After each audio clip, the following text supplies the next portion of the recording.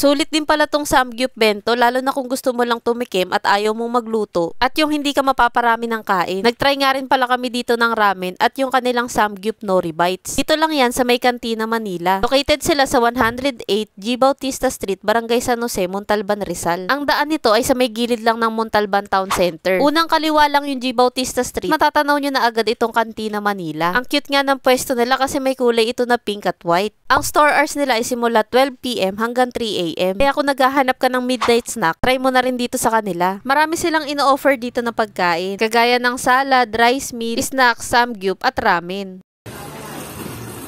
Sa salad nila, ito yung tinry namin, yung samgyup nori bites. Ang dali na nitong kainin kasi hindi ka na magrarap. Sa isang piraso nito, meron ng sahog na lettuce, beef bulgogi, kimchi, itlog, at meron itong nori mayo dressing. The best order rin to kung gusto mo magbaon sa work or school ng samgyup. Hindi ito hassle kainin kasi isusubo mo na lang. Sa ramen naman, ito in order namin yung kuro ramen. Black garlic flavored tonkatsu ramen to na may pork belly strips, soy tamago, nori strips, spring onion, at sesame oil. Marami na rin yung serving nito at naghati na nga lang kami. Saktong-sakto lang din yung pagkakaluto sa noodles at masarap higupin yung sabaw nito habang mainit-init pa. Next naman, tinry naman namin itong samgyup na nasa bento. Kung kanina, isusubo mo na lang yung samgyup. Dito, ikaw mismo yung magrarap. Marami rin yung serving nila ng beef bulgogi. At yung mga kasama nito, meron itong kimchi, Jap sausage, at egg roll. The best order rin to kung nagkikrave ka ng samgyup. Pero yung ayaw mo yung sobrang busog na busog, pero masasatisfy yung cravings mo. Kahit nasa bento meal lang to, super na-enjoy talaga namin yung pagkain ng samgyup. Siguro kung meron itong cheese, masasarap to lalo. Siya nga pala guys, nag-o-offer din yung Cantina Manila ng mga party trays. Kaya kung meron kayong mga handaan, pwede kayong umorder sa kanila. At i-check lang yung kanilang Facebook page.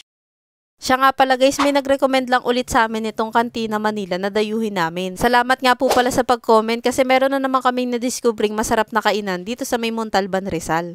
Na-enjoy nga namin yung unang pag-try namin dito sa may Cantina Manila. Hindi kami umorder ng rice meal pero nabusog kami sa mga in-order namin. Nasatisfy nga yung cravings namin sa samgyup. Kahit samgyup bento at samgyup nori bites lang yung in-order namin. At ang maganda pa dito, affordable yung mga pagkain nila. Tingnan nyo naman, sa sarap at simo talaga lahat ng nasa plato namin. Para sa buong menu ng Cantina Manila, ilalagay ko na lang sa comment section yung link para ma-check nyo na kung ano yung bet nyong orderin sa kanila. Sa mga drinks nga pala, meron din silang milk tea. Kung meron kayong marerecommend na sulit na kainan dito sa may Montalban, pakilagay naman sa comment section para yun naman yung next naming dadayuhin. At para updated pa kayo sa mga mapupuntahan namin, huwag niyong kalimutang i-follow ang aking mga social media accounts.